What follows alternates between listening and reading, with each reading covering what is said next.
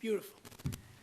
Good evening and welcome to the regular scheduled meeting of the Board of Selectmen, Wednesday, April 12th at 6:30 p.m. It is a hybrid meeting via Zoom and in person at Old Town Hall. The meeting ID to join via Zoom is 883-4788-0906. Passcode 402956. The phone login is 309-205-3325. Public input may be provided using the following methods. Contacting our office prior to the meeting at boardofselectmen@dayton-ma.gov to provide input prior to the meeting, or B, via Zoom call-in by phone. Continued play on Dayton Channel 9 and on YouTube at www.youtube.com/Town of Dayton. This meeting is being recorded. The listing of matters are those reasonably anticipated by the chair, which may be discussed at the meeting. Not all items listed may in fact be discussed, and other items not listed may also be brought up for discussion to the extent permitted by law. At this time, I would like to call the order. Peter Karen, newly elected member, Nicole Mello here. and Leonard Hull, present. At this time, I ask that everyone rise for a pledge of allegiance to the flag. We do not have anyone who has passed, so there will be no moment of silence. I pledge allegiance to the flag of the United States of America and to the republic for which it stands, one nation, under God, indivisible, with liberty and justice for all. Traditionally, the meeting following the election, and I would like to congratulate Nicole Mello for joining us on the board, we have the reorganization of the Board of Selectmen. This evening, all we're going to discuss is the position of chairman and clerk, and the committee appointments we will hold off for our next meeting. With that being said, I will entertain a motion to appoint a clerk for the 23-24 year. Nicole, you want to? Yeah, that's fine. Okay, I nominate Nicole Miller for clerk. I will step down as chair to second the motion. All those in favor? Aye. Chairman Hull is an aye. No, Nicole, Aye. congratulations. Next, to appoint the chairman for the 23-24 year, I'll entertain a motion. I'll motion that Peter Karen be chair. I will step down and second that motion. All those in favor? Aye. Aye. Chairman Hull is an aye. Mr. Karen, I believe we will be switching seats at this My time. papers are already out. What's that? Do it for the night, just leave it the way it is. Okay, No, I can chair the meeting, but I Oh. just have all my papers in particular order. okay. There you go. Thanks.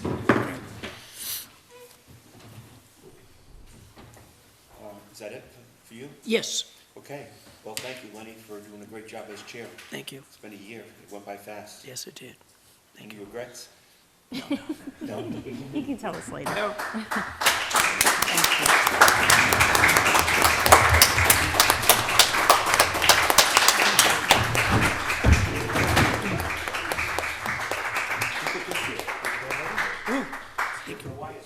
Thank you very much. It's been an honor and a privilege. Thank you. You okay? Yes, thank you. The wine goes behind your chair, too. Oh, thanks. Yeah. Okay. First thing tonight is schedule of appointments. We have Annabelle Powell, Executive Director of Council on Aging, starting at 6:30. Annabelle, are you here? Hi, how are you? I'm good, yourself? Come on up, whenever you're ready.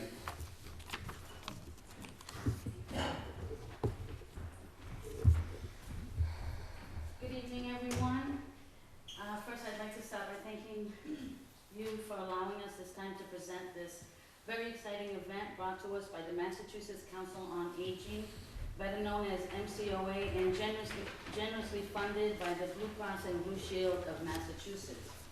We're very excited about this event. We hear it's already the talk by the faithful walkers at the Town Hall complex. The COA is holding a lunch and learn about this event this Friday, April 14th at 11:30 a.m. Please join us for more information and to sign up if you're interested. After tonight, if we spark an interest, please give us a call at 508-823-0095. We will be happy to help you sign up if you don't have the means, internet means or computer. Going forward, I'm gonna hand over the podium to my marvelous assistant Laura, who worked very hard on the presentation that she will be presenting today. And I want to thank you all for listening, and I want to wish you all a good evening, and don't forget to get your walking shoes ready. Thank you. Okay, so like Bella said, we're gonna do a presentation on the walk challenge. So if you are a walker, if you like free prizes, and if you want to support your local council on aging, then this is the challenge for you. So a little about the challenge. It runs from May 1st through October 31st. Your participation helps the Dayton Council on Aging win money for fitness programs, and it gives you the chance to win one of several prizes. During the time, you have chances to be entered into a drawing to win a $50 Visa gift card, $25 Amazon gift card, or a $10 Dunkin' gift card. The more you walk, the more chances that you have to win, and each milestone you reach, you receive a total of 4 entries. And also by completing the challenge, the Dayton Council on Aging gets a raffle entry to win up to $1,000 for fitness programming. The requirements to register, you just need to be a legal resident of the Commonwealth of Massachusetts, which everyone in here is, and you need to be at least 18 years of age or older to register. So how to register, kind of how Bella mentioned previously, you can do it online. The website is walkmachallenge.com/register, and you'll see a picture on the side. I know it's very small up there. You just need to enter some basic information, and then the most important part is highlighted. The team or city you're walking for, you would obviously choose Dayton. And if, like Bella said, you don't have the means to the internet, or have some questions on how to actually register, you can come to the building or call us and we can get the information from you over the phone, and we can register you that way as well. So the challenges and how they work. You can only sign up for one challenge, even if you complete it before the end of the time period of the challenge. There are 6 challenges to choose from. We'll go over them in the upcoming slides. And you cannot change your challenge. You need to complete the challenge you chose during the time you register in order to be qualified for any of the prizes. In this next bullet, it's essentially saying you can walk anywhere. You don't have to come to the Council on Aging to walk. It's your day-to-day. You just have to track every step you take. So as long as you're walking, it counts. The first challenge you can register for is the Commonwealth Challenge. This is if you were to walk at least 30 minutes per day. So this is the first most basic challenge. Complete 88 days to celebrate the year Massachusetts became the 6th state. So that's why this challenge is called the Commonwealth Challenge. The next challenge you can register for is the Turnpike Challenge. This is if you were to walk a little less than a mile per day or 1,300 steps a day for the duration of the challenge from May to October. You would complete 126.6 miles within May to October, which would celebrate the length of Massachusetts' turnpike from Boston to Lee. The next challenge is the Shoreline Challenge. This is if you were to walk a little over a mile a day or around 2,000 steps per day. So from May to October, you would be completing 192 miles, and this would celebrate the length of Massachusetts shoreline, which is why it's called the Shoreline Challenge. The next challenge is the Reservoir Challenge. This is if you were to walk about 2¼ miles per day or about 4,500 steps from May to October. This would in turn be 412 miles to celebrate the number of gallons of water that is in the Quabbin Reservoir, which is why it's called the Reservoir Challenge. And the next challenge is the Capital Challenge. This is about 3.5 miles a day, or about 7,200 steps per day throughout the duration of the challenge. In total, that would be about 655 miles, and this would celebrate the approximate 655,000 people living in Boston, which is why it is called the Capital Challenge. The last challenge is the Slam Dunk Challenge. This is if you walk about 5 miles per day or 10,000 steps a day for the duration of the challenge. This would in total complete 891 miles, which would celebrate the first basketball game held in Springfield, which was in 1891, which is why that is called the Slam Dunk Challenge. So those are the 6 challenges that you have to register for. So at the time you register, you pick a challenge, and that would be the challenge you have to stick to from May to October. So tracking your steps. You need to enter your information on the dashboard of the site, which is that walkmachallenge.com website. You would choose the day from the calendar it shows in the dashboard, and you would indicate how many miles or steps. It has an option for both, so that way you would enter them and track them. The Massachusetts Council on Aging recommends doing it weekly, so you don't have to worry about doing it daily. If you do not have a computer, again, you can come to the office itself or call us. We're going to offer that on Mondays and Fridays from our hours, 8 a.m. to 3 p.m. We would just need your username and password. We want to stick to 2 days, so that way we don't get either bombarded or get taken away from things we do on the other days. We are also working on providing pedometers to those who don't have a watch or a phone or a pedometer already. You can call the Dayton Council on Aging if you're in need of a pedometer. Bella, actually, you have since ordered, I think, 100 pedometers. Correct. And I want to give a shout out to Paul Reynolds, our treasurer. He's been working with us too, and Nurse Nikki was working with us as well to track down some pedometers or funding to get some. And he reached out to Blue Cross Blue Shield, who offers our town insurance, and they haven't, I don't want to say it because they haven't really guaranteed it, but they are working on either giving us money or more pedometers to fund it. There was actually an email this afternoon that came from Paul that said Blue Cross and Blue Shield was unable to get us the pedometers, but they are supplying us with water bottles to pass to the workers. Okay. All right, live just in. Thanks for the update. Also, a walk journal will be given to everyone who registers through our office. We'll have them on hand, or anybody who does want one, they can have that as well. And I have an example of what that looks like on the next slide. So essentially it'll show each week, each day of that week. So when you do call or you do log your steps on the dashboard, you'll just already have it here. So you can just either do steps or miles, whichever way you're tracking it. The next slide is just a kind of very basic timeline. It's obviously 6 months, starting in May, ending in October. And May 1st is the start date, so we'll start in May. May 5th, the Council on Aging is holding a kickoff event, which is a Friday. So we're gonna have that at 9 a.m. We just published the Strawberry Vine, so that'll be on everyone's doorsteps for the beginning or end of April, beginning of May. So if you want to come, we're going to walk all together. But again, you just walk at your own pace, your own time. You're just tracking your daily steps. We just thought it would be nice to get everyone together and walk together for the first week. And then we've partnered with the community outreach officer, Stephen Ferreira, who couldn't be here today, but every month he's going to do a monthly walk with a cop. So for May, we have him scheduled for May 25th.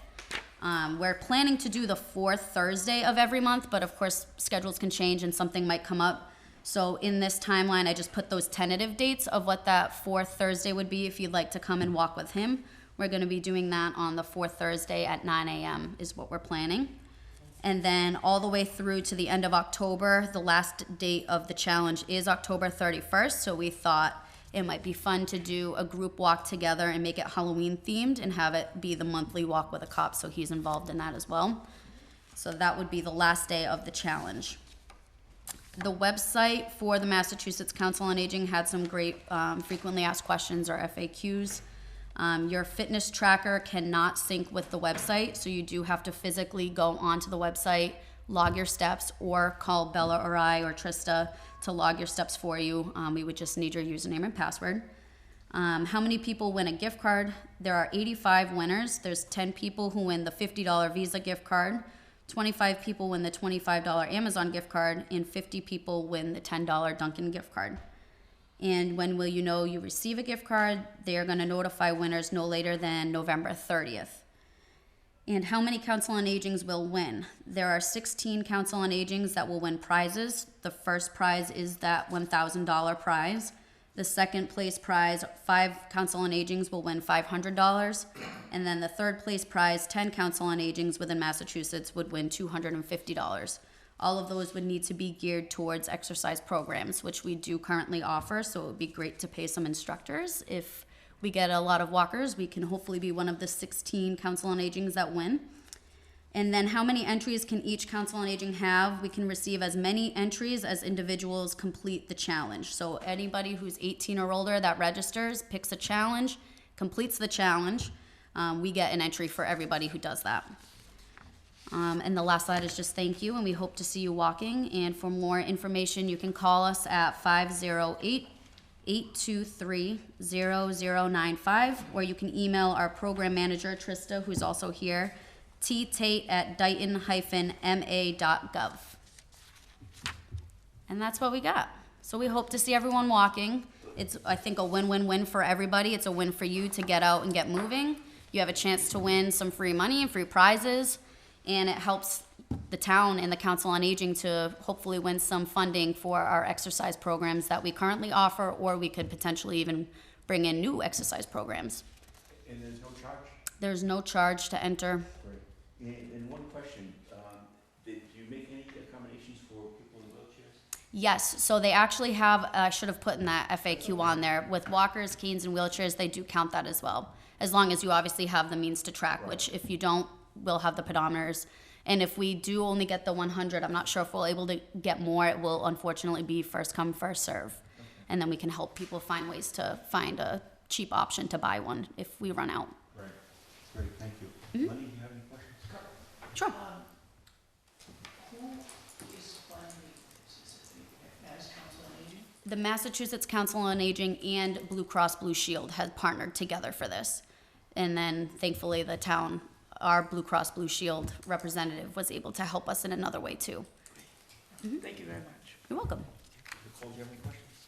Walk with a cop. Yes. Will Okie be there? I hope so. We've been trying to get him back, but the schedule's been tough with the school year. But I think at least for the Halloween walk, we need him there. So that's my ultimate I goal. got priorities here. Yeah, I know. But this one, I mean, how can you miss out on a dressed up Okie? It would be so cute. Thank you so much. Thank you guys. And thank you for all of your help with it, and congratulations again. Oh, no problem. Thank you. Sewer Commission is next. Review, act, discuss, request to appoint Mark Nakora as Sewer Commissioner.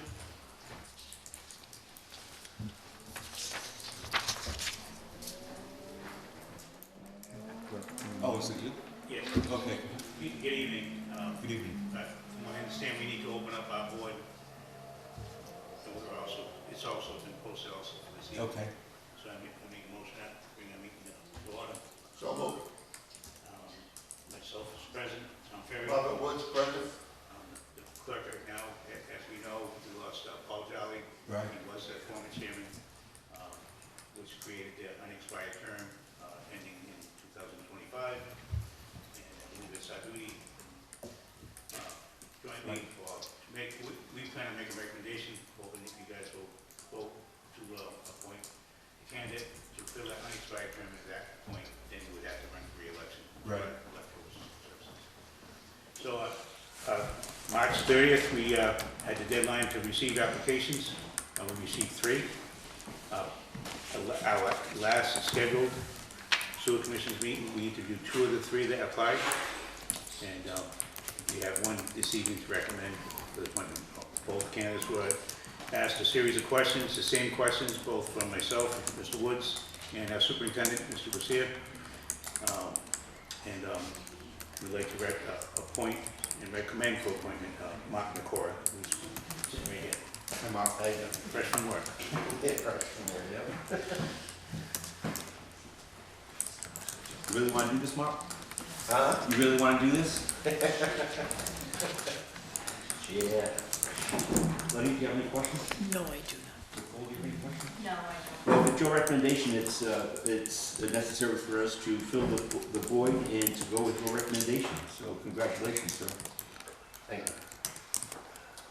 Do they need? So yeah, like Sue needs to officially vote to be followed by a board vote as well, because it is a joint appointment that both boards need to vote. Yeah, like effectively together. Okay. Right, so we already voted at that meeting. Would you like us to vote again tonight? Yes. I'll make a motion to appoint Mark Nicola to the sewer commission. Sit down and second that. Favor? Aye. Aye. Take a recommendation from the board. At this time, I would like to make a motion to appoint Mark Nakora as a sewer commissioner for the town of Dayton through the 2025 annual town election. Vote in a second, all in favor? Aye. Vote. And the chairman is an aye. Thank you. Congratulations. Next. Oh, sorry. It's okay. Announcements are next. The Mass DOT will be performing pavement repairs in the areas of 1881 and 2011 County Street on April 15, 2023, between the hours of 7 a.m. and 3:30 p.m. There will be one-lane closure with alternating traffic. For questions, please contact District 5 Construction Office at 857-368-5104.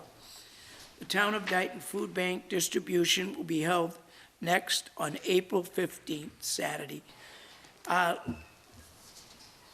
located on the lower level of Town Hall, 979 Somerset Avenue. On Saturday, April 22nd, from 10 a.m. to 2 p.m., the Drug Enforcement Administration, DEA, will coordinate with the Dayton Police Department for a one-day collaborative prescription drug take-back initiative event to remove potentially dangerous controlled substances from the homes. This is, I might add, an annual event. On Saturday, May 6, 2023, the Dayton Fire Association will hold their fourth annual Touch a Truck event on the property of Manheim, New England, located at 123 William Street. This event is free to the public. This event is also a no sirens event. On Saturday, May 6, 2023, from 1 p.m. to 4 p.m., the 13th Continental Regiment will set up a full camp with tents and items used during colonial times. This is a free event to take place at the Winslow Davis Museum, 1217 William Street.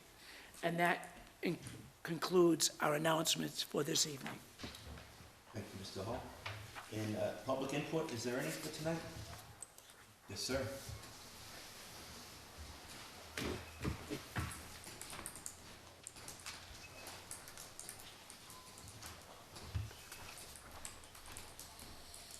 Good evening, everybody. Good evening.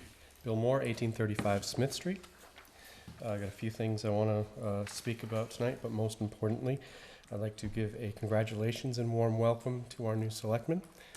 After that, I want to talk about the election, and specifically the, I'll call it bathroom gate. We had issues, we're having an election, and there was no bathroom facilities available to the public. I was very upset about this at the time. I even shortly considered some sort of civil disobedience, but since I was running for office, I figured that was probably not a good idea. So, you know, there's no law that says it has to be, but I think it's shameful that we as a town would conduct an event in a school that taxpayers pay taxes on to provide that it exists, and we pay taxes for those bathrooms, we should be able to use them. So I had a conversation with Mark Pacheco today, who has enlightened me that, first of all, he is entirely in charge of running the election. We have no options to make him do anything. And I have to say, you know, full disclosure, you know, regardless of this particular issue, I strongly disagree with him on. You know, I support him in every other way. I think he's doing a great job. But I strongly disagree with this particular incident that took place. Now, he had some suggestions that I'd like to present to you. Since we can't make him open the bathrooms, but what we can do is we can provide a porta potty. And I would like to request the Board of Selectmen, who I believe tonight you're going to be reviewing the town clerk's budget, if you could add a couple $100 in there to provide for a porta potty during elections, I would greatly appreciate that. I think it's proper, you know, you get a bunch of, we know, we've all been there, you know, you're outside all day. We should provide some sort of facilities for people who are there at the polls all day long. Also, I want to mention that, you know, as far as town meeting goes, that I am in control of, and there will be bathrooms available at town meeting. Next item about the election was the police presidents. With no disrespect to the officer that was there, I think, you know, he did his job fine. I have no issues with him whatsoever, but I think it was a pointless waste of money. There was absolutely no need. He did nothing, not because he was a bad guy. He did it. I don't want to disparage him in any way, but there was no point for him to be there. And I would request that in the future, we don't have police presence where it's not needed. Lastly, I wanted to report as official member of the Board of Assessors what happened this morning. We had a vote. So we're talking about the senior tax exemption. I've been here a few times. So Stephanie has gone through and figured out the numbers, and I thought I would just relay the good news to you guys. I'll end on a good note. This is as of fiscal year 2023. We're not going to have the fiscal year 2024 yet until they release the cost of living numbers. But the 41C, which is the senior tax exemption, the asset limit that was $30,000 for single people, as of right now, is $53,876. So it was a significant increase there. For the married, which was $32,000, is now $57,724. So we've made a significant increase in the asset limit for people getting senior tax exemptions. And we also corrected the widow amounts, which the widow, I believe it was 40,000, I think, has now gone up to 76,000 for an asset limit. So we have applied all the cost of living adjustments, and so I encourage all of our senior citizens before April 1st of next year, if you can fit in these guidelines, please apply. That's a lot of work she did. That's a lot of work she did, yes. Thank you to Ms. Schechter. I have some questions. Regarding the senior tax exemption, Mr. Moore, thank you. Your efforts in this front on this issue were incredible. The research, the time that you spent to, you know. I appreciate that, but I have to you know, give it to Stephanie. She really put a whole lot of work into this, and if and when you see her, please give her thanks as well, because she did a lot of work on this. On issue number one that you brought up, you are 100% right. And I promise you that issue will be addressed this evening. And at the next Board of Selectmen meeting, there will be a vote coming forward on that issue. That will never happen again. On the second question you brought up, I supported the town clerk because I had heard a lot about an incident that allegedly happened at the previous election, which I wasn't present for. And I supported the clerk. However, I totally agree with you there. Based on my observations, 3 officers is a little too much. It's too much, yeah. If I may, because you reminded me, I did want to mention that Mr. Pacheco and I did have a conversation about the bathroom situation, and he did have a valid reason. It wasn't arbitrary. You know, he was talking about the last time there was smoking in there, and there was expense involved with getting it cleaned. He's worried about friction with the school because of this sort of stuff. So he does have legitimate concerns. We will address those issues today, this meeting and the next, I promise. Regarding the police officer, this evening we'll be talking about the budget, and that issue is going to be addressed. Okay, I personally would like to suggest get rid of the police officer, add the porta potties, we're okay. Might happen. Something like that. Thank you. Okay, thank you. Have a good night. Thanks. Thank you. Is there anyone else that wants to come up and talk before we move on? Okay, we're gonna move on to town administrator's report. Yes, so thank you, Mr. Chairman. I just wanted to, I'm just gonna share my screen. We did update the packet, and we did actually include a letter that we received late yesterday afternoon from the Department of Conservation and Recreation regarding seepage conditions at the Muddy Cove Pond Dam. Actually, in our department head meeting last week, we heard from Highway Superintendent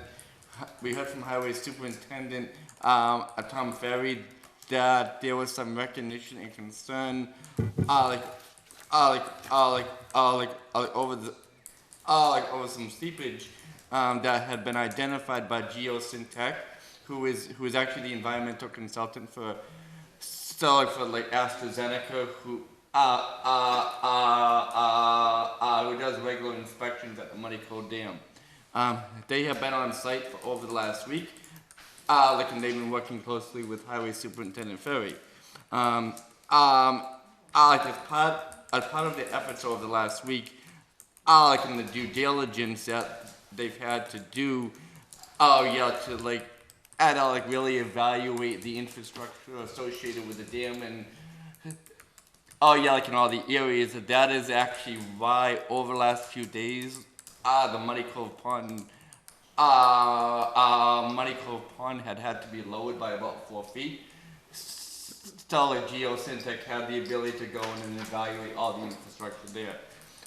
As a result, and they have identified needed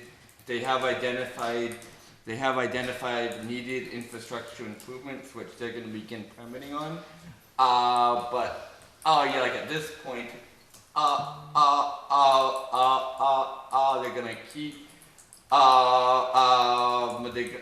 they're gonna keep the depth of Muddy Cove Pond where it is now, so they can make sure that anything higher.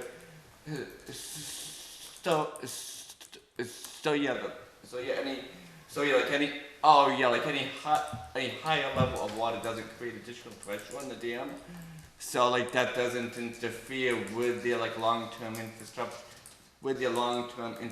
upgrades that they're planning.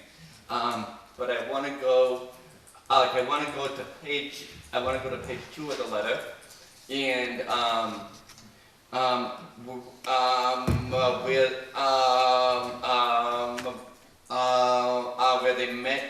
where they mentioned that there is no risk to public safety. So and everything that has been identified has been identified as part of a routine inspection. So this is why the routine inspections occur. They're on it, Zeneca's on it, and they've been working with us over the last week and a half to address it. So I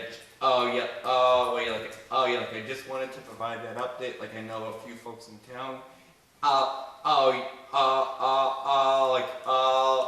been asking me about the depth of Muddy Cove Pond, and I just wanted to get that out there. So, and that is all I have. Okay. Mr. Ferry. Yes, they addressed a lot of things today, and my office has been fielding quite a few questions. Most of them I can answer, some I refer to them. Yep. I'm thinking, Mike, we probably should ask them a contact to refer people. We probably should not be answering questions. I agree, it's not our Because property, yeah. It's a private property. Right. They're very forward in addressing the concerns, possible concerns, and they reiterated that there is no public threat. Yep. But now we're starting to get a lot of questions fielding on the ecological side and the conservation side, and that really should be answered by us. So if you can create a contact and then share that in future meetings. I agree. we're looking at the rest of this calendar year, the water level's gonna be lowered, so, Okay, you know, as people desire to go fishing, trespassing and all that stuff they normally do, right, it's not gonna happen. we probably should be ready for that. Okay. Was there a contact person that you had?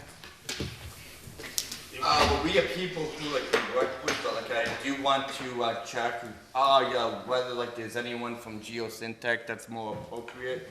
So yeah, like for like public residents and residents to reach out to. So like I'll follow up, like and make a, but like, yeah, like and make sure we have a contact that we can Okay. share with folks. Obviously, we'll get it up on the website. Yeah. Yeah. Thank you, Tom. Thank you, Tom. Thank you. Can I ask a question, please? Sure.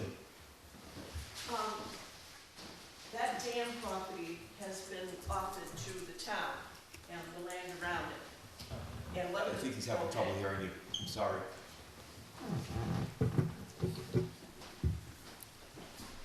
Nancy Goulart, 631 Great Terrace. Over the years, we've been working with AstraZeneca because they have offered that property, the dam property, land around it. So it's Main Street and Elm Street. And the town had it tested. We know it's clean. It was offered to us as a gift. And what we asked was, the last time I spoke to Mr. Elmendorf, he was the contact at AstraZeneca. What we had talked about, the board and Mr. Mullen, was we need a structural engineer to assess what needs to be done to that dam. So since I heard there's going to be some maintenance, I was just wondering, is there any way that we can get any information to help us? Again, the land is clean. It would be a great piece of recreation property for the town. But because it's been rated fair by the state for many, many years, we had asked that there be a structural engineer review it. The holdup was, we tried to find grant money to do it, and there wasn't grant money available. But if they're gonna be working on it now, if there's any way that, if they're gonna study the dam to figure out what has to be done to it, it might be beneficial for the town to get that information. Because as far as I know, the offer is still on the table. It's just that the town didn't proceed because we don't have the money to pay an engineer to assess that dam. So I'm just asking if, as this goes along, Mr. Ferry, Mr. Mullen, whoever, could find out how much evaluation or repair they're gonna do. So, again, and the other thing that I asked Mr. Elmendorf for on behalf of the town when I was on the board was, if we could get financial assistance for the structural study, and once it was determined what needs to be done to bring it up to a level, a rating maybe a little higher than fair, which has been for a long, long time.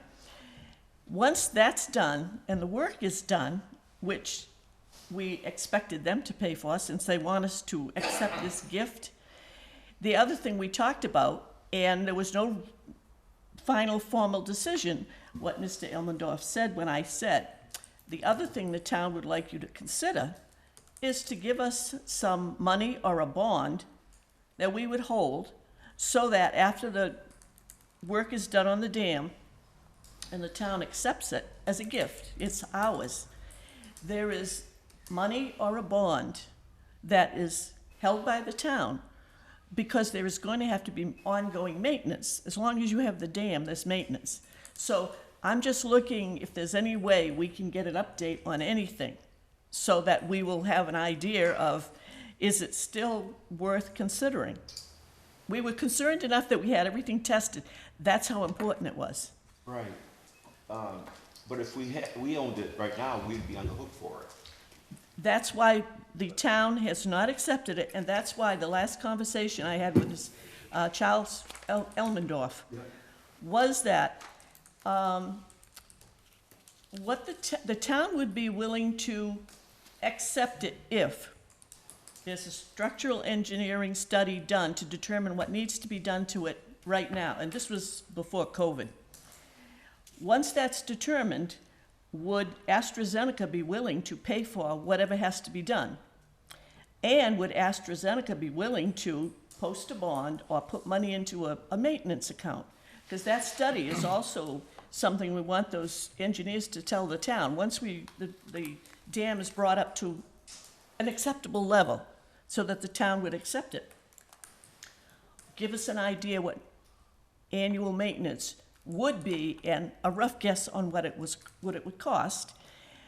And then, that's when I said to him, and so, assuming all of that happens, the other thing the town would like you to consider is to either give us money, which will be held, or post a bond, so that in the future, work that has to be done on that dam can be done from that money that's been set aside. Now, we know eventually there will be some cost to the town, but they were really interested in donating it. They allowed us to do the testing, took care of all of that, and then, between COVID happening, and he said to me, it's worth considering, I will get back to you. And I haven't heard back from him. Mr. Mullen, did he retire, do you know? Charles Elmendorf? No, he's around still. He's around? Yes. So, since they've got a engineering firm involved, it would be good to find out what kind of repairs they're going to do, if they have any information about its structural integrity, I guess you'd call it. But absolutely, we had Beth Lambert come down. She was in charge of the dam program for the state. And she explained to us that, yes, if the town accepts it, we get everything. So that's why we asked for upgrades and assistance, because they seriously want to donate it, and it would be a great recreation area. There was discussion about them taking the dam down, but what they would have to go through to do that is so involved, because every property owner on the shore has a say in it, because they own waterfront property. And it would be a shame to destroy that recreational area.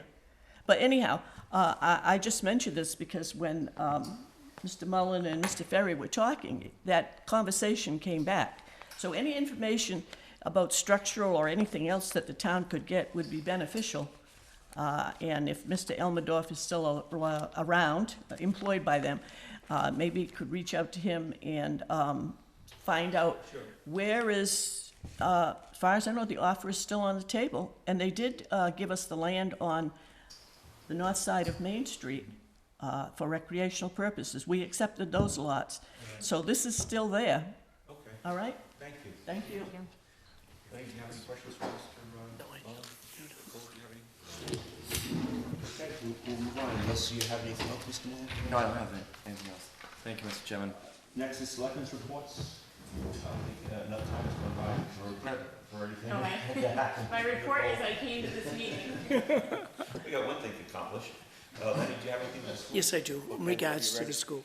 Nicole, welcome aboard. Congratulations to Eliza Kuchar and Donna Bertos for earning a spot on the Dayton-Rehoboth Regional School Committee as a result of Saturday's election. The Dayton-Rehoboth School Committee leadership reorganized last night, and the vice chair became chairman. Aaron Morris of Rehoboth is now chairman of the DR School Committee, and the chairman, Chris Andrade of Dayton, became the vice chairman, so they just Swap places. yes. Last evening was awards night. 39 district students won MCAS Achievement Awards, including 6 students with perfect scores. One of those 6 students won a perfect score in 2 subjects. That is incredible. The Dayton-Rehoboth School District has submitted a statement of interest to the Massachusetts School Building Assistance Bureau for construction work at the Dayton Elementary and Dayton Middle School campus. The next will be the formation of the Building Feasibility Committee. The superintendent said that all this is a statement of interest with the hopes of reserving a spot to be on the bidding list or the awards list, depending on the size of the project. One of the big programs that the school district, Dayton Rehoboth Regional High School in particular, is pushing is their CTE, or their vocational program. And on April 24th, from noon to 2 p.m. in the gym, the DR Senior CTA Showcase presentation will be held. Students will showcase their work from the CTE program. The leadership team at Dayton Rehoboth is working diligently to reduce the number of students who are leaving 8th grade to come or go to other schools. And with that in mind, they are going to be doing more activities, orientations, special nights with the 8th graders, and showing off what DR has to offer the students. It not only is helping to keep some of those 8th graders, but also builds spirit as the students at the high school get to work closely with the 8th graders. Lastly, the regional schools, Bristol, Plymouth, similar situation, has a member of the Board of Selectmen who serves on the negotiating team. Earlier this year, I was appointed to the negotiating team at Bristol, Plymouth. It's a light year for contracts. Last evening, Chairman Morse mentioned at the meeting that last year, George Solis from Rehoboth served as the representative from the Board of Selectmen. And this year, it's Dayton's opportunity. I'm asking if Ms. Mello and Mr. Karen at the next meeting, if you would so kindly allow me to continue as the representative to the school district and to serve on this subcommittee. We can't vote this evening because we didn't post it, but just wanted to make you aware of it. I believe at the next meeting, we're going to do committee assignments? Correct. Okay, so, and that is it for select. Thank you, you've done a great job at the school. Thank you. I really enjoyed it, and I appreciate that. Thank you. We're on to new business. A, review, discuss, act, resignation of Nicole Mello from the Board of Health.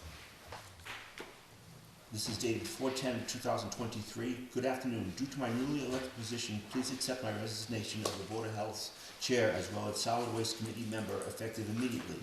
I am requesting that I stay on as the town's public health nurse. I have spoken with ethics and completed the municipal employee of financial interest form, which be forwarded to the board for consideration. Which will. Okay. It's been a pleasure to serve, and I look forward to continuing to do so in this new role. Thank you, Nicole Mello. I'm gonna miss solid waste. Yeah, we've had a good Those time. were good meetings. I liked that. That committee is so needed, and they're really doing well. Thank you. Do we have to vote on this one? Yes, I would recommend voting to accept the resignation of Ms. Mello from the Board of Health. So moved. Second. All in favor? Aye. Nicole? Can I vote because it's me? Yes. All right, And Mr. Karen is an aye. Thank you. Are you sure? If you really want to stay, you can help out with Board of Health.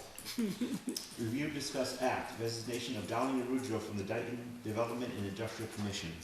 This is dated March 30th of 2023. Board of Selectmen, 979 Somerset Ave, Dayton, Mass. 02715. Dear Selectmen, I am writing to the board about my decision to leave my position on the Dayton Development and Industrial Commission effective April 1st, 2023. My family commitments and work schedule have made it impossible to give the board the time it requires to be truly effective in my position. Thank you for giving me the chance to work with such a great team. I look forward to hearing about the continued success of the Dayton Development and Industrial Commission. Sincerely, Dowling and Rudrow. Mr. Chairman? Mr. Mullen? Yes, sir. Have you received any information regarding timeline for posting of that position, or how DDIC wants to handle it? I haven't as of yet, but I mean, as of the board's vote, I presume, in a few minutes, the position will be vacant. So like any applications that we received after that, we can forward on, to the DDIC so they can consider. One of the things that the DDIC had done with that position is to look for someone who was involved in the farming community. So the emphasis will be on someone who owns a farm or is an agricultural educator. Okay, Thank you. thank you. C, review, discuss, act, close the town warrant meeting warrant.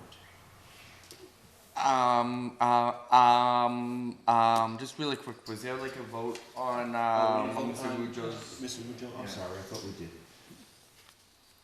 Is there a- I'll make a motion to accept the resignation with thanks and appreciation of Darlene Arujo from the Dayton Development and Industrial Commission. I'll second that.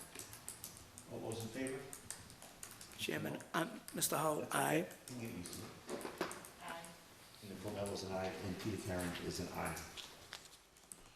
Review, discuss, act, close town meeting warrant. Yes, so like we've had the annual town meeting warrant open, since the 8th of March. Right. And, based on the calendar that we proposed and was approved by the board then, the warrant will close by the end of business, this afternoon. So like I would vote to recommend that the board vote to close officially the warrant. And like at the next meeting on, on the 26th, we would have the proposed warrant articles all in form. And and we will present recommendations to the board at that point. Is there a motion on the floor to accept the close date of the town warrant? I'll make that motion. I'll second it. All those in favor? Aye. Aye. And the chairman is an aye. Thank you. Thank you. Review, discuss, act, active threat response training / town hall hours. Yes. So, one of the things that Chief Cronin first discussed, when actually last time when he became chief, was the priority to go through and have someone get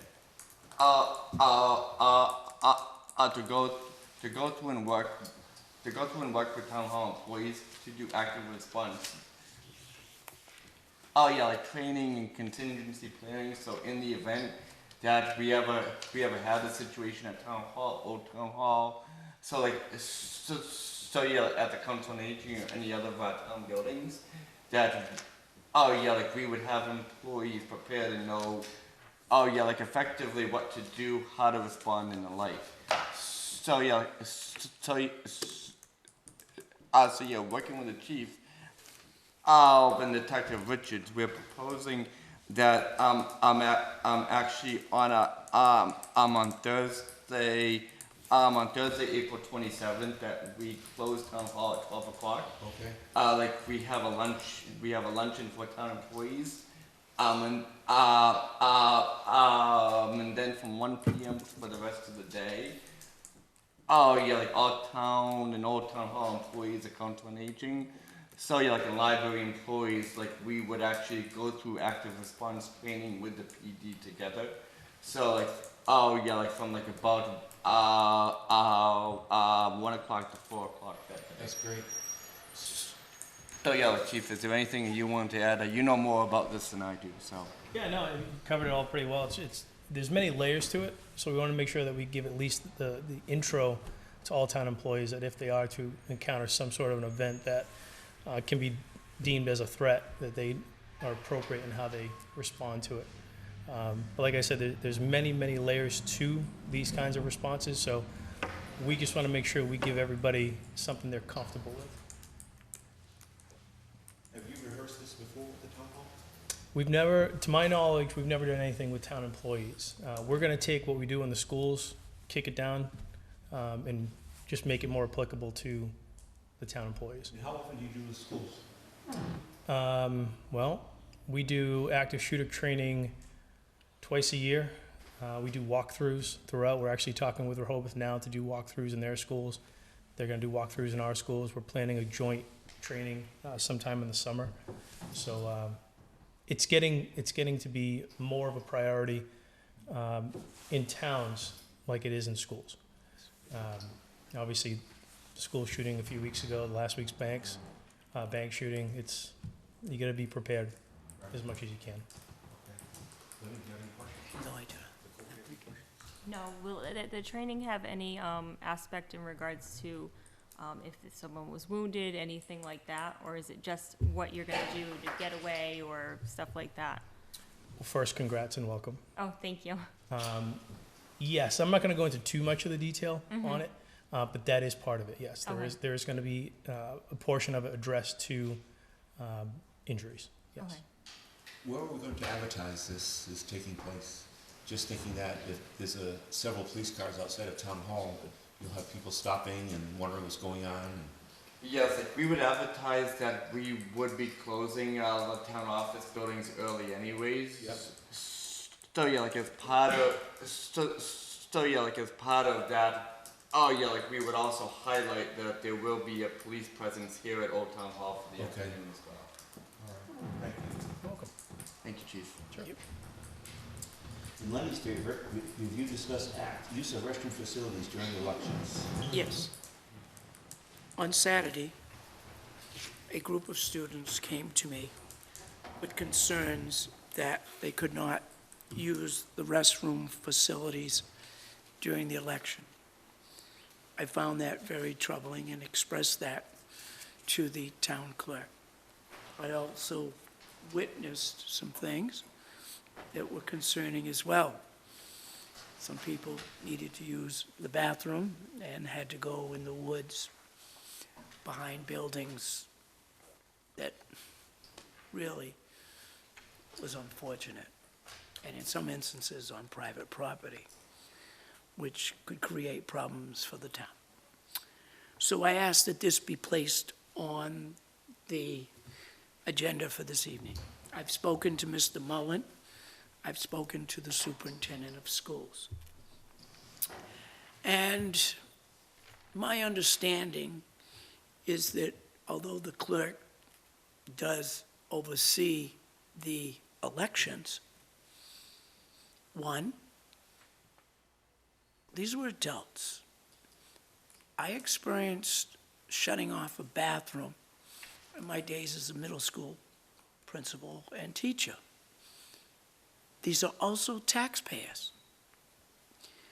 It did create an uncomfortable situation for some adults. And I question whether there are other options that could be taken. So I, in speaking to Mr. Mullen, asked him if he could look into it. And at this point, I'm going to turn it over to Mr. Mullen.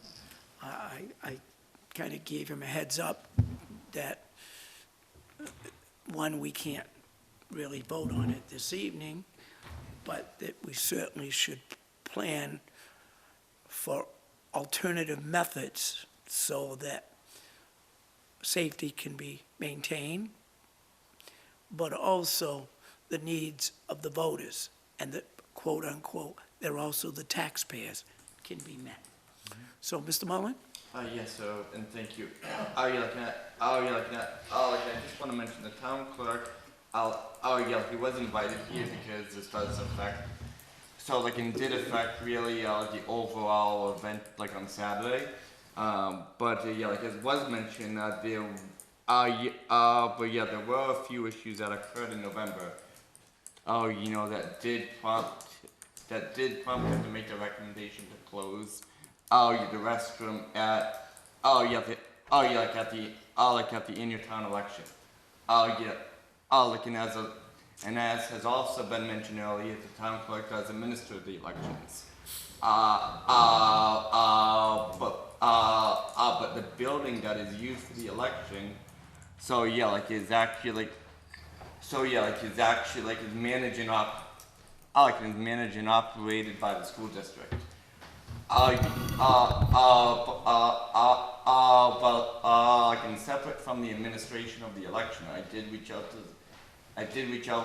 the school superintendent earlier today to ask him if we could, if we could have a discussion to work on like identifying any opportunities about the school facility itself that really wouldn't have any impact with the administration of the election. But just and having a discussion about the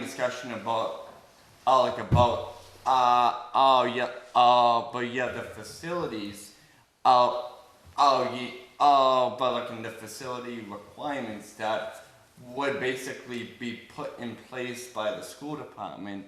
So like during such event, just so like as in if basketball groups just as an example rent out the gym, so the school department always makes restrooms available for that. So and basically I think we do have some opportunity with the district to have a dialogue about in general, not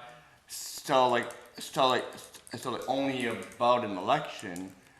Which again is actually separate. We're not actually interfering with the administrating of an election, but just what other things do and don't happen in the facility while an election is also happening as well. And I think we have an opportunity with the superintendent to have a dialogue about that so we can better plan and address these issues in the future.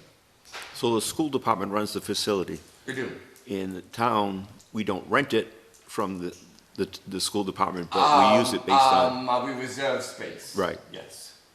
So it would be up to the school department whether or not the restrooms could be used, not the town clerk. Exactly, the overarching, it would be an overarching way that when they make their facilities available, and how and what do they actually make available is the question and the issue. So we don't have to rent a porta potty.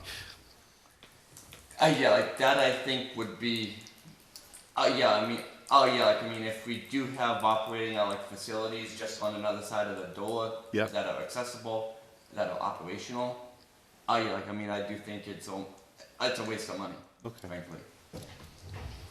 No question. Tell us what you needed. Could we put that on the agenda for a vote at the next meeting? Would you be able to have? We do have, I would say we do have some time between now and the next elections, so we don't have an urgent issue that we're trying to address. I do think the next election is probably the presidential primary next winter. So we do have some time to figure this out.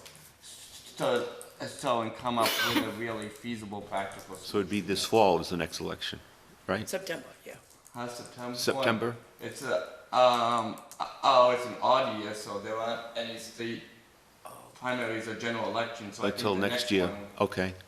Would be a presidential primary in February, March-ish, Okay. whatever the calendar is. Sorry about that. So we do have a little bit of time between now and then, so.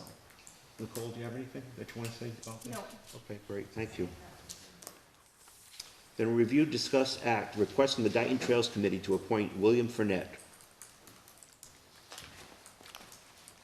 This is a letter written from Jeff Cavallo, Leanne, and Board of Selectmen. At tonight's Trails meeting, the committee voted to make Mr. Bill Fournette a member of the Trails Committee. Please add this matter to your next BOS regular meeting in order for Mr. Fournette to be appointed a member of the normal 2-year term on the committee. Thank you, Jeff Cavallo. So there's a motion to... Mr. Chairman, I would like to make a motion to appoint William Fredette as a member of the Trails Committee for a period, for the normal 2-year term on that committee. I'll second that. Okay, all in favor? Lenny? Aye. Nicole? Aye. Thank you. Mr. Chairman is an aye. The next one we're going to table, review, discuss, act, Library Committee, Board of Selectmen appointment.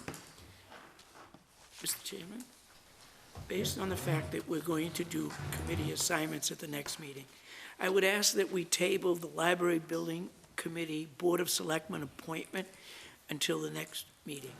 I'll second that. All those in favor? Mr. Aye. Nicole, thank you. We'll table that until the next meeting, Mike. Yes, thank you. H, review, discuss, act, Town Clerk's Office surplus request. Read these individually, or can we just rule on them all together? You can rule on them all together, Mr. Chairman, but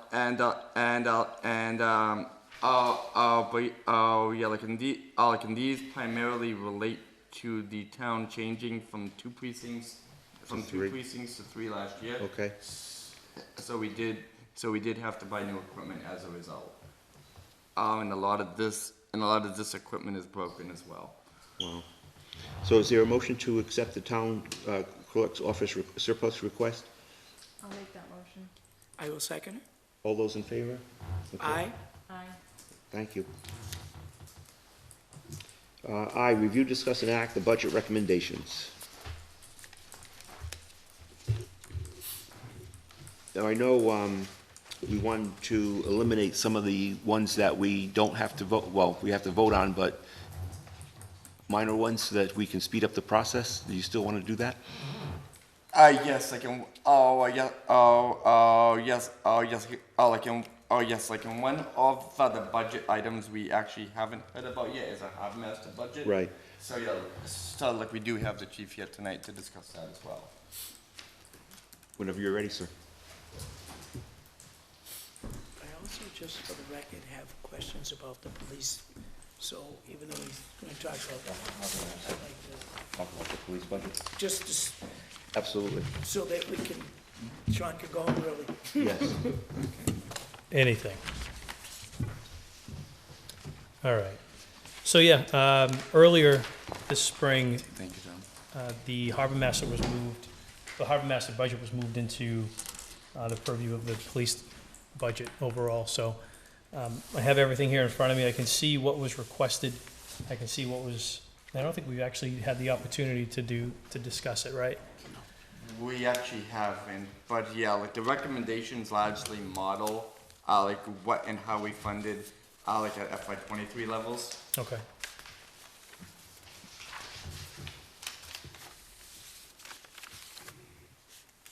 So being the first time that I'm actually, or the police, I should say, gonna be overseeing this, just from looking at it, I don't see that there's, in my opinion, there's anything that jumps out as being concerning.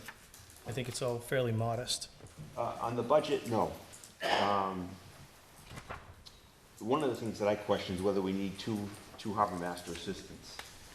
You met with the harbor master and came up with a set of ground rules that he was going to work so many days, hours. Yeah, we had a pretty candid discussion about a lot of things. One of them was more scheduled time on the water as opposed to reactionary time on the water. And at no time will there be just one person on that boat. Right. So in the event that one or both of his assistants aren't available, the only way that he'd be able to go out, if he's the only one that is available, is kind of trying out a hybrid model with an officer. The challenge with that is scheduling. It can't be, quick, right now, because who knows where that officer's gonna be. Right. So we're gonna be working together to try to get something more structured, a little bit more organized, and have certain times that they'll be out there with, like I said, two people always. So there's nothing scheduled came out of that meeting? That, in other words, he was going to be there Saturday and Sundays from 12 to 5. That didn't happen? We talked about busier times, and the expectation was set that he is going to set times to be out there during what he historically has seen as his busier times. Did he set those times with you? We did talk about morning and afternoon sessions, yep. 4-hour blocks. 4-hour blocks in the morning, 2-hour blocks in the afternoon. But yes, it was a fairly long talk, and I thought it was fairly productive, actually. Lenny, you have questions? There is no contractual obligation that the amount of hours and time over the course of the year has to be met. Is that correct? Correct. So there is budgetary limits on the chief harbor master, correct? Give me some context behind that. In what aspect? Or you have a level of expectation Sure. about the number of times that you want the chief harbor master out. And there's no overtime, so there's a maximum line item for his budget. So you're talking about salary? Right. So, because it's a stipend position, there is no set amount of hours that they have to be on the water. So I mean, it could go both ways. Yeah. If you averaged it out, you could come up with a number, but it's fairly arbitrary. I think with the scheduling and with the expectation of having these set times, we talked about a lot of things. We talked about more about the education and safety aspect of being on the water as opposed to enforcement. Of course, there's going to be enforcement when needed, but the approach more is to engage the community a little bit more on a positive note on the water. Now, with that being said, do either you or the chief harbor master have an expectation as to how many days you expected them to be on the water? Or were there specific dates, like July 4th or Understood. Labor Day? Understood. Yeah, we talked about the holidays. We talked about busier times like the Saturdays, the Sundays. We did not quantify actual and set in stone any dates, but the expectation is that it is going to be a lot more frequent than it has been. Will you have some decision, will you have a decision role in when they're on the water? If you feel that either based on intel or the type of season where you might say, I need you on the water on that weekend or that day? Sure. I think the challenge with that is going to be the fact that we're dealing with 3 civilians that may have something else going on at that time. So the discussion will be made, and there's going to be some I got to defer to somebody who's been doing it for 27 years. I gotta give somebody credit for that. So I've boated in the past, but I am by no means an expert. Hopefully, between the 3 of them, they're going to know when these busy times are, and it's been conveyed. So they're well aware, and it's just a matter of now coming up with times that, if the harbor master and an assistant is available on these 2 dates, terrific, scheduled. If it's this harbor master and the other assistant, terrific. If the harbor master isn't available and the 2 assistants are, it's as long as there's 2 out there. The expectation is to be out there more frequently doing these educational and safety initiative. Yeah. As of right now, there is nothing set in stone as far as dates. But yes, July 4th was talked about, Labor Day was talked about, beautiful days regardless were talked about. So, Thank you. Any particular reason why you budgeted $2,500 for the harbor master stipend? When he should be at 1,020? so that request, how can I say it? When I received this had already been submitted. So at the beginning of budget season, this was not in front of me, and it came in front of me about 2 weeks ago. So I saw that just the same as you did. Okay. Yeah. So you're comfortable with 1,020? I think per the talk that we had, I think the expectations are going to dictate a lot of things. Okay. So yes, I am comfortable. And the same thing for the assistant harbor masters, 1,020 instead of 2,000? Yes. I notice in both instances that the TA's recommendation is 1,020. Right. So.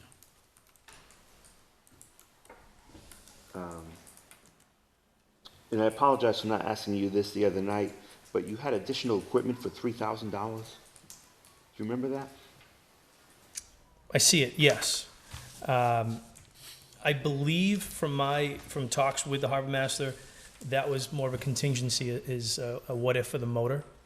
I know that there has been work done to it. There is some money being carried in there for equipment repairs and maintenance. Obviously, with a boat, anything at any time can go, and nothing's going to be cheap. But to be quite candid, if something does go with the engine, I don't think 3,000 is going to touch it anyway. Right.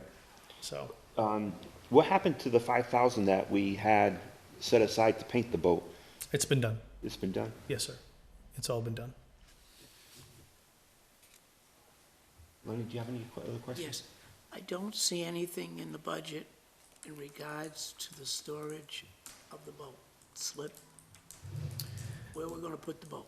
So, again, that was part of the discussion. The boat is gonna stay where it is for now. We checked with insurance, we checked liability, we did our due diligence, we checked with all 3 marinas in town. Unfortunately, the only place that did have some availability, to be frank, we can't afford it. So, in FY '24, so far, it's gonna be where it always has been. Not the best scenario. It's not. The best scenario would be to have a town pier, a town dock, a town something. When you're going onto private property, say for example, we go down to Taunton Yacht Club or Shaw's, the boat's on private property. I mean, at any time something could happen on town property, you can mitigate that a little bit more, but we just don't have that availability. And we just don't have the money to have it on private or in a private setting at this point. What was the cost? It was I have the folder in my office, but it was up there. It was per foot. Yeah. Yeah, and I think we had asked for a certain dock, which it was not available. So again, to use the term, there's a lot of layers with that as well. There's some bad blood out there in the water. There's no question. Right. And the culture that's been created is being addressed. I'm positive about it. We're going to work together to figure it out. But I actually feel more comfortable with the boat not being there at this point. So we're going to see how it works out. And this is kind of I guess for lack of a better phrase, a trial year for the harbor master. Anything else then? Nope, no questions. No other questions? Nicole, do you have any questions? No. Thank you, Chief. I think we're all set. We're going to make a recommendation to vote on his budget this evening now. Yeah, like it is on the list. Yeah, at 210. So I mean, while the chief is here, if the board wants to just dive into that, that's fine. Whatever the prerogative is. Is there a motion on the floor to vote on the chief's budget as recommended by the town administrator? Well, I'm a little confused here, because we have police department budget, and then we have line items, and then I see 295, the harbor master budget. So are we voting just on the harbor master's budget, or are we voting on the police department, I public think safety? the harbor master was absorbed into the Correct. police department. So to my understanding is 295 is gone. It's now all absorbed into 210. Right. So, I see 2 different issues here. The harbor master is one discussion, Yep. but the police department's budget. Like, I have a question in regards to the salary for the lieutenant. To the best of my knowledge, we don't have a lieutenant. Right, it's actually being carried at 0. We did not want to take that line out for future purposes, not to add it back in. We're just it's kind of a placeholder at this point. But there's nothing funded in 5109. Okay.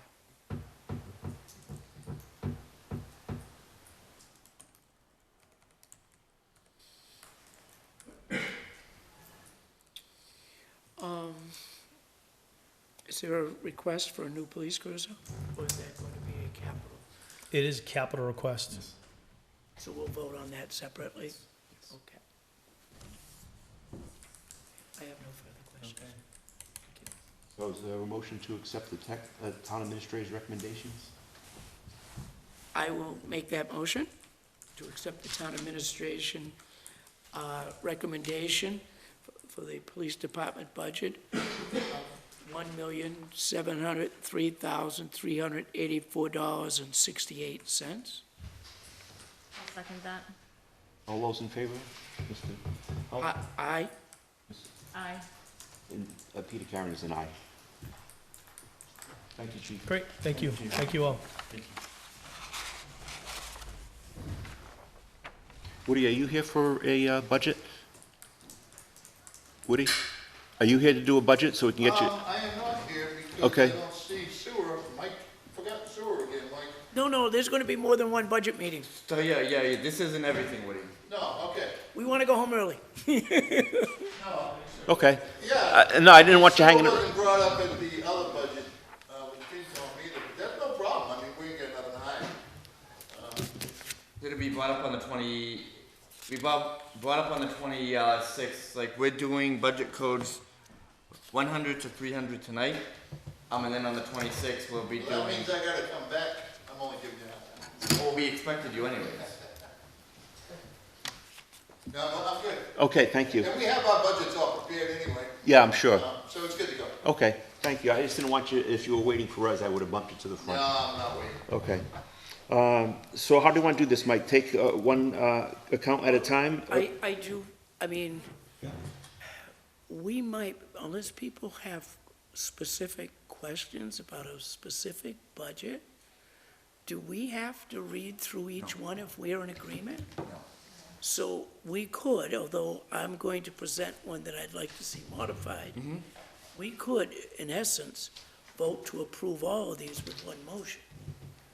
Yes, if you, like, if you specifically separate out the budgets that you want to hold and then deal individually with, I don't have a problem with that. The only thing on the budgets that the board might anticipate doing as one bundle, so-called, we do have boards in there that they might have initially not asked for a stipend increase. So as long as you go with my recommendation, all my recommendations, like for the boards and committees that currently do have a stipend, my recommendations do have a 2% increase in there.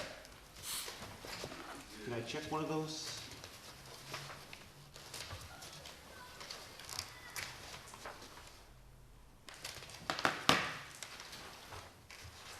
So, trying to think.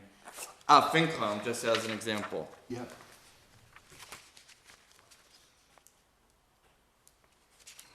I'm just checking that as well. Yep, so, FinCom, they actually technically haven't yet weighed in on their department request, but I have a 2% increase, Alex, for each of the 7 members of the FinCom. Then we go to the Selectmen. My recommendation does have a 2%, like for each member of the Selectmen. There was no change in the assessors, Chairman Karen, because they in their budget request, they actually requested like a 2% increase. Right, okay. So, and that's why there's no difference there. And then Board of Appeals, yes, your recommendation is the same as their budget. hold on.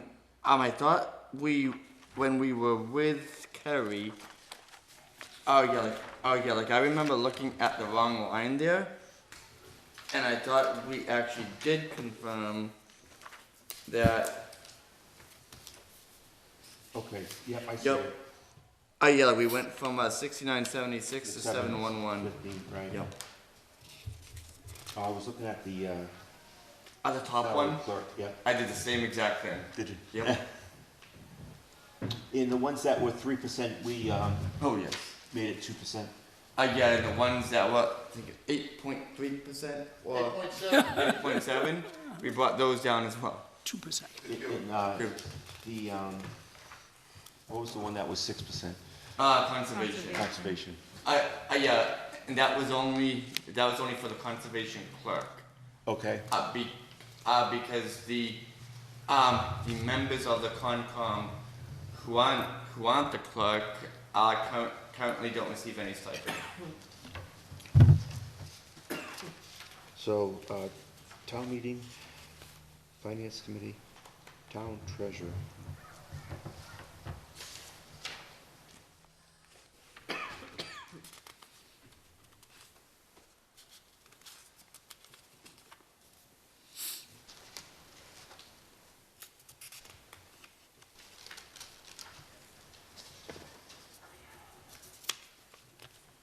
It's fine. Conservation, we changed agricultural, town reports, ambulance service, weights and measures. Harbor master, we talked about, moderator, reserve fund, town collector. You changed that to 2%? Yes. Which is the only question that I had. Yes, sir. Town clerk, Yes, sir. Yes, I do have questions. we changed it to 2%? Yes. And then the education for $800, you took out, which I agree with. Yes. Does anybody else have an issue with that? Taking it out, I mean, or leaving it at the 800? For education, Right. is he required to upgrade it for certifications? Yes, he is. The town clerk is currently in his second year of a 3-year program to become a certified town clerk. So I'm hesitant to take that out then. He like when the town clerk becomes a certified clerk, there's actually like a statutory required increase in pay. There's a statutorily required still an increase in pay that he will get for being certified, and we expect that will that will likely happen, I believe, before the end of right at the end of FY24. So for all intents and purposes, as we plan for FY25, We would include it then? yes, So not now, but then? yes. Okay. Now, as I look through the expenditures for previous years, is this precedent setting? In terms of what? I'm sorry. The educational incentive. This year it was an $800 request. Do you know if this is a precedent setting, or have previous town clerks been able to get an educational stipend? But we do provide like an education stipend of $800. The question, like in my view, the question is based on the increase last year, like where in FY22 the clerk salary was, I believe, right around $65,000, which we all agreed was woefully inadequate. In the FY23 budget process, I recommended, at the time, increase up to 71. But I believe the board, in the FinCom and its recommendation settled on a recommendation of around 72 to 73,000. And then, and then as we know, there was a vote at town meeting that increased that, up to 75. I would argue that, in the original base of around 65, the original base right around 65,000. That education stipend was in there, and like in his base. So as we increased it, that $800 always traveled with the increase in his base. Yep. Okay, no, thank you. Oh yeah, like, and that's just my view on it, but. Now, I noticed looking at this that you are not recommending that this educational stipend be paid. Is that correct? Yes, because I would argue that $800 is already included, like in the base salary of $76,500. Okay.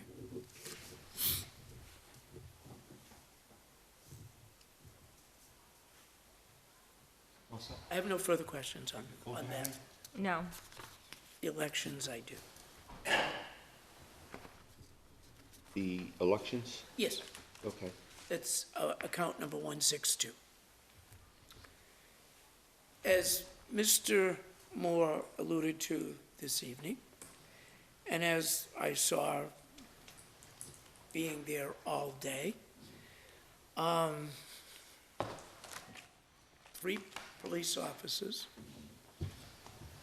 town of Dayton, seems a little much.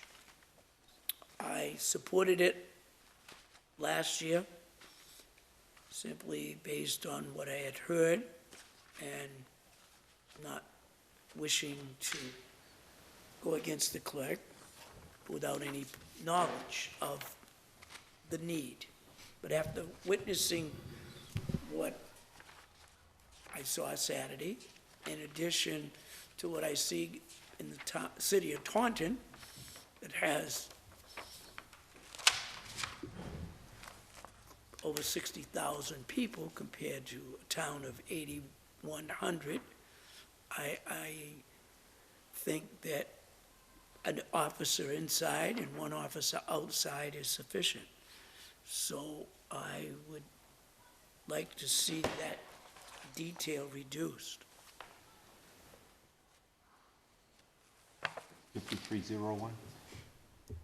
I Yes. believe so, yes. Yes, and Alec, and if you look at the zero-based budget backup on that, for 3 officers at the primary, there was a projected cost for 3 at $26.25, and then for 3 officers at the intertown election, that is projected for 3 officers at $19.80. Like, if you divide each of those numbers by 3, I can then back 1 officer out. From that 69.70, you would subtract $1,535 that they get. But the funding down to 2 officers per election. So if my math is correct, it'd be 5,445? I haven't done that yet, but it sounds right.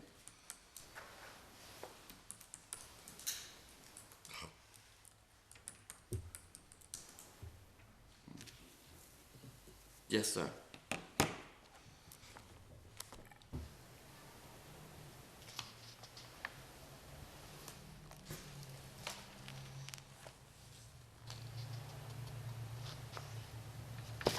No, the off-duty police detail line item has only 4,605. That's your recommendation, right? Yes, like, I'm sorry, like, I was looking at the originally proposed zero-based backup. However, my line item, my recommendation already, sorry, I was looking at 2 things at once. My recommendation already, already has, after discussion with the town clerk, we have the ability to do early voting in town hall, which unlike this year, we won't have so yeah, like we won't have to worry about the logistics. But yeah, like of early voting, bringing the ballots back and forth. So like, having an officer here for that. So based on that, we have an ability to back out the 2365, and then from my recommendation now, just have to go back to it. I'm sorry. We would back out another 1535. So based on that, it would be 4605 minus 1535, and so that would bring that line to a BOS recommendation of $3,070.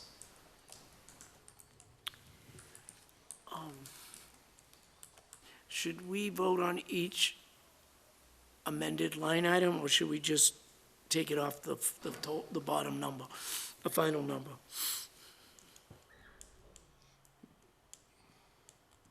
I think you'd have to vote to take it off the line item. Okay, Yeah, and inherently the bottom line, Right. and inherently the bottom line would be reduced by, Whatever the vote. by said amount. Like, I think that really keeps it simple. okay. I will make a Wait, I motion. have a Oh, question, I'm sorry. I just had a question. The vote by mail doesn't have a number next to it, and then it does have like the TA recommendation. What's up with that? Yes. So, but so yeah, as you know, the vote by mail. The vote by mail is a new state law. But the board has the prerogative each year whether they want to implement for the annual town election. Right, but regarding bookkeeping practices, Yep. that line item should have a number. Yes. Yes. Like, and it would base. Yes. Like, and it would based on a final recommendation by the board. But what we actually did there, based on the decision made by the board in January. Based on our vote by mail really being an option for annual town elections. So yeah, like we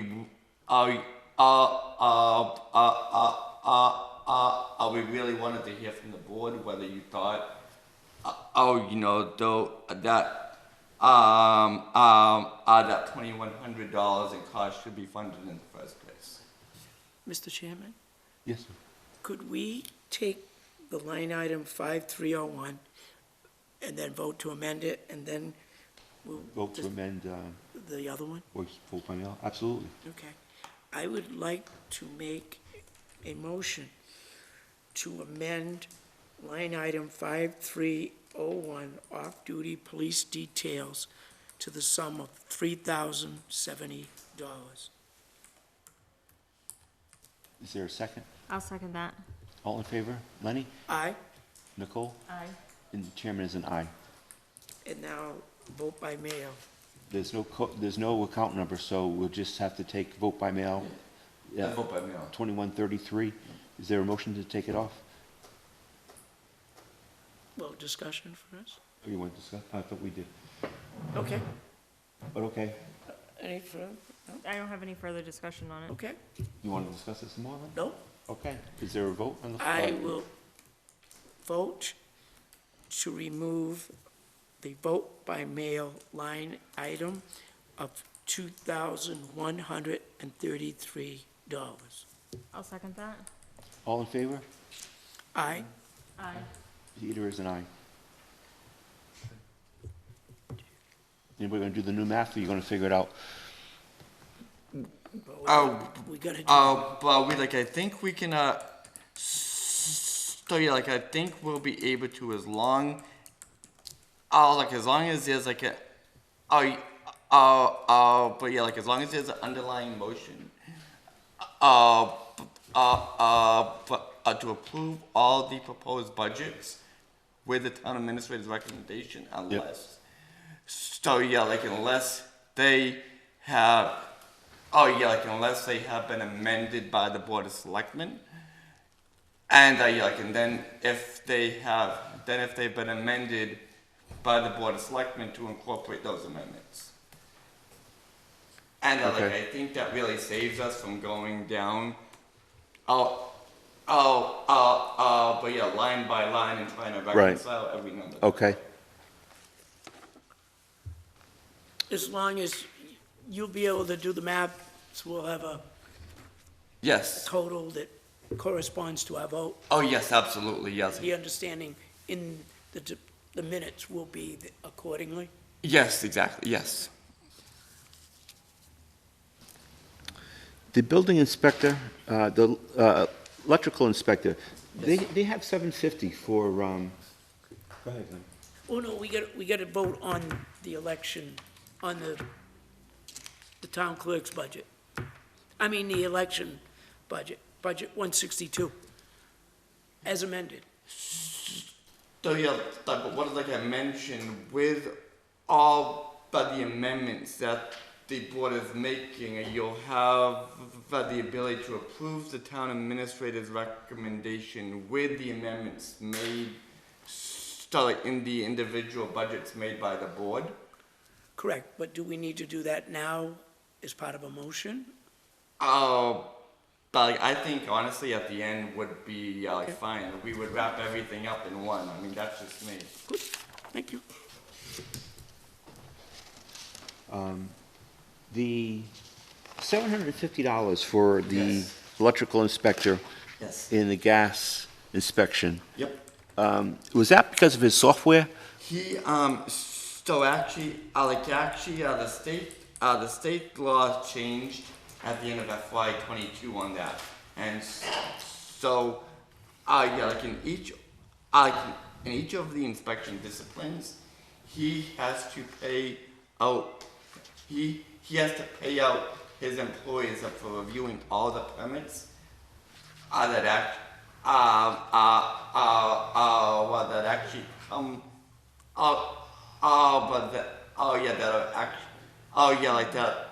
that are actually made and requested under that discipline. But the reason why he hasn't paid that out yet, so yeah, like is he typically pays that to his employees at the end of the year in one. Okay, He pays that out like in one lump sum. at the end of the year. And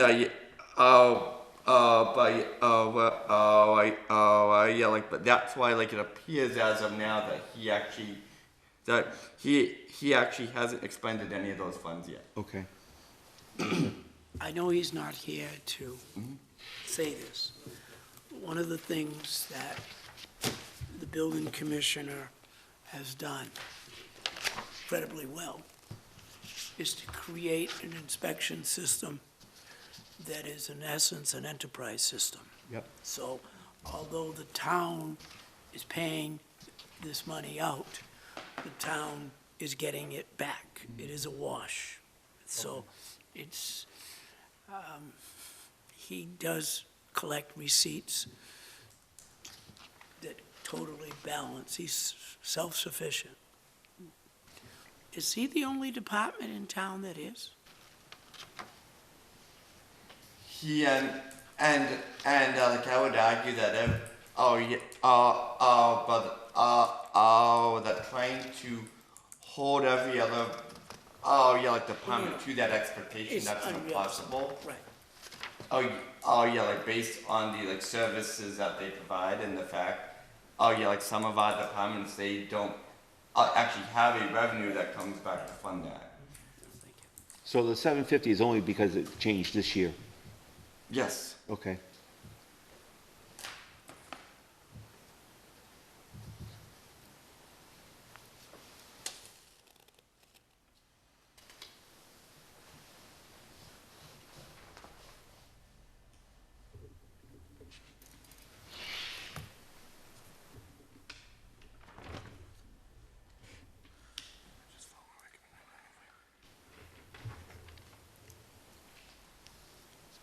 guys have any questions up until education?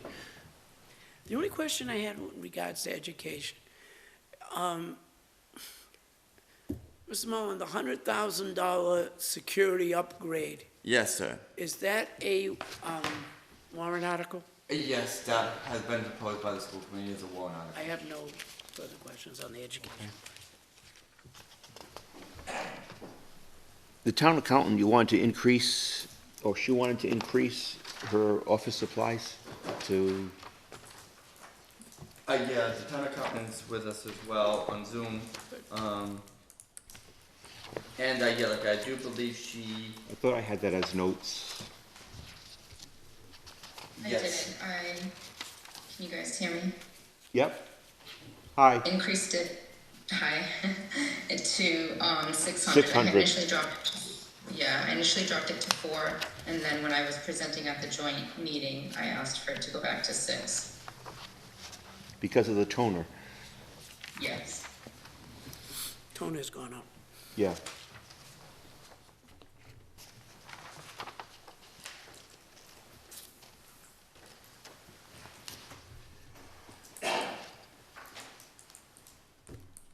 So, is that okay with everybody else? Yes. Nicole? Yeah.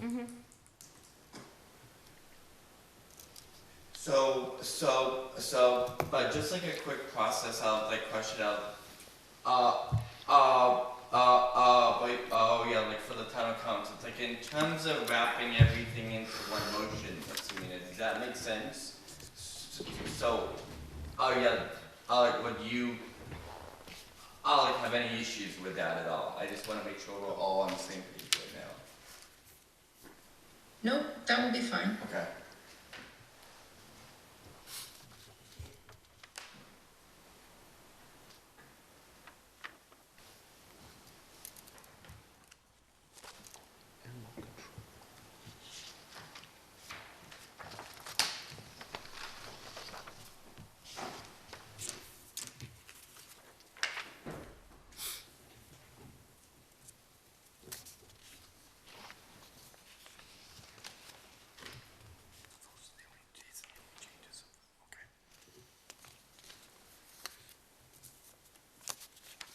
Does anybody remember why Council on Aging wanted $2,000 or, I'm sorry, 2,500 for office supplies? What was it this year that she had said?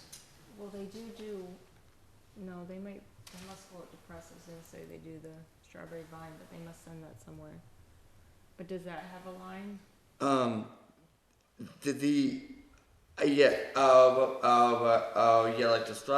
Like the strawberry vine is actually paid out of line item 5340. And then Communications? and then they use $4,000 from the state grant. To help. To help subsidize those costs. The 2,500 in line item 5420 would fund office supplies from W.B. Mason, Land Tech, and then Crystal Walk, Right. Water. That's a heck of a jump compared to what they usually have.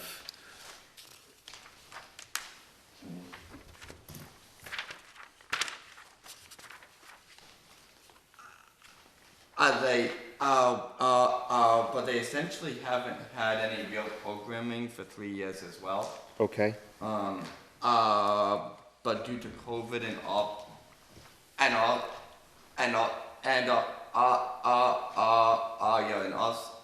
also for the first time they're building up a program. Okay. Right. She did say that. It is a jump though, by $1,500. Right.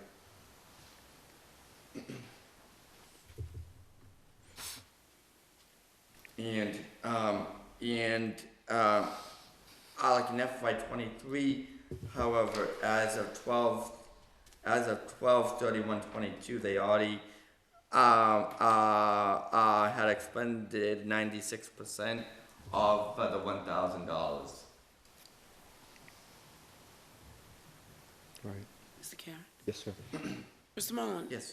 Zero-based budget, Yes, sir. are they supposed to have a budget narrative to go with the increases?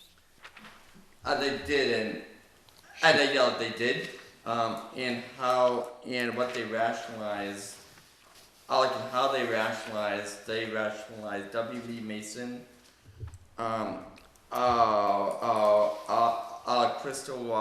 Crystal Rock Water, like Atlantic, who they buy off supplies from. And I don't have a more detailed breakdown from that, Okay. on that. Transfer, is it possible that increase is due to the gas prices? An office supplies, probably not there unless WB Mason Delivery. has jacked up their fuel and passed it on to people. That's good. I That's good don't business. have the answer on that, unfortunately. Okay, thank you. Well, pens. Yeah.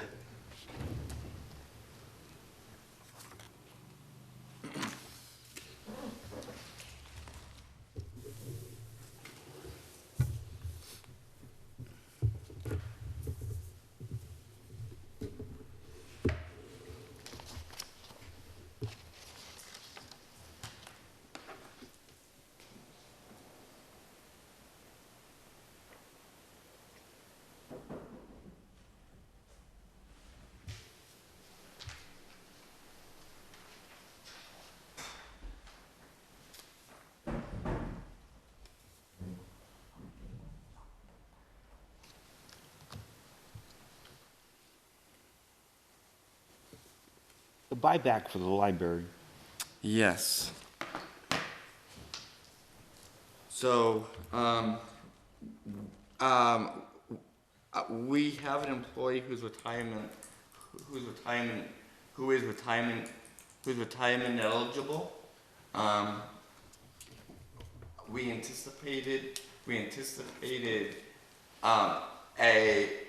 very good possibility, of that employee retiring, in FY '23. That, Right. Actually hasn't happened, so that So it's would not bu- gonna happen? No. Okay. So that will be returned to free cash. Right, But and then, we do have an obligation through the CBA to have that funded, so when that employee does retire, we have it there. But that budget isn't on the agenda for this evening, is it? I don't see that. Oh, oh, no. no, I'm sorry. Okay. I was just gonna write You know, notes. one of the things, Mr. Mullin, that I don't see this evening, other than the police chief and Serena, are these department heads coming in to defend their budgets. Was that because you had assured them that, things would be okay, or? At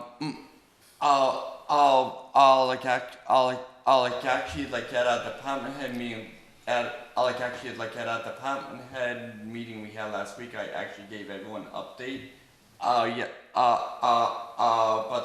That this evening, and on the 26th, the board will be making recommendations. So, and if they,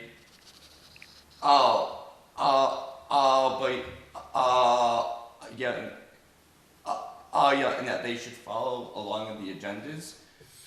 So if they had any additional information to add, over and above what was actually talked about during our initial joint meeting. So they had ability to be Okay. here, but it wasn't actually a requirement because again, and I would think if they had anything to present, so well, there were any overarching concerns about their budgets, all those issues would have already been identified as well. See, my concern about them not coming is if we cut someone's budget and they're not here, then are they going to want to come back and rehash this in a meeting?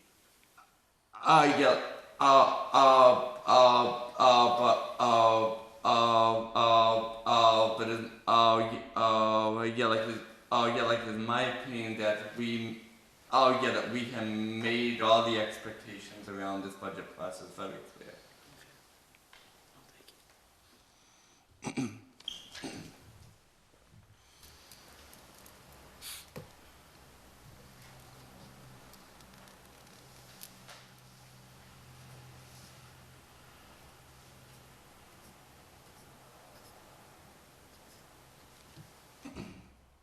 Any questions? No, I don't.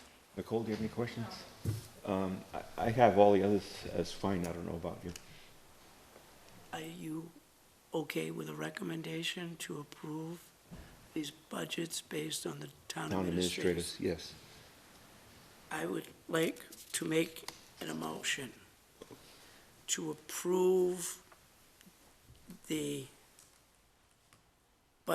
budgets that were presented this evening based on the town administrator's recommendation as amended. Perfect. I'll second that. All those in favor? Mr. Hull? Aye? Ms. Miller? Aye. Peter Karen is an aye.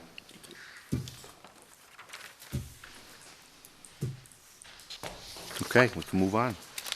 Approval of the warrants. I have them here to read. All warrants are Thursday's warrants. Warrants for April 13th, 2023, 41A-23, $123,497.96. And 41B-23, $89,263.27. Is there a motion? So move. I'll second that. Second. All those in favor? Aye? Aye. Peter Karen's and I. Acknowledgements, did we have any? None? No. No correspondence? And it's just the minutes of approval for the Board of Selectmen's regular meeting minutes of March 22nd, 2023. Mr. Chairman, I'd like to make a motion to approve the Board of Selectmen regular meeting minutes of March 22, 2023. Is there a second? I second that. All those in favor? Mr. Hull? Aye? Mrs. Mello? Aye. Peter Karen's an aye. Mr. Chairman, I'd like to make a motion to approve the Board of Selectmen special meeting minutes of April 5th, 2023. Is there a second? Aye. All those in favor? Aye? Aye. Peter Karen's an aye. We'll go into executive session under Massachusetts General Laws, Chapters 30A, Sections 21A-2, to conduct strategy sessions in preparation for negotiations with non-union personnel, or to conduct collective bargaining sessions or contract negotiations with non-union personnel. And do I have to read the other one too? Yes. Massachusetts General Laws, Chapter 30A, Section 21A7, to comply with or act under the authority of any general or special law or federal grant and aid requirements. What else do we have to do? Executive session. And yeah, like, and those would be the approval of the executive session minutes from the joint planning board meeting on March 1st, 2023. The Board of Selectmen's executive session minutes on March 22nd, 2023, and the Board of Selectmen's executive session minutes of April 5th, 2023. So move. I second that. All those in favor? Aye? Aye. Peter Karen's an And aye. like, we do actually, you need a roll call vote to go into Executive session. Leonard Howe is an aye, Nicole Mello is an aye. Peter Karen is an aye. and we won't be returning to regular session.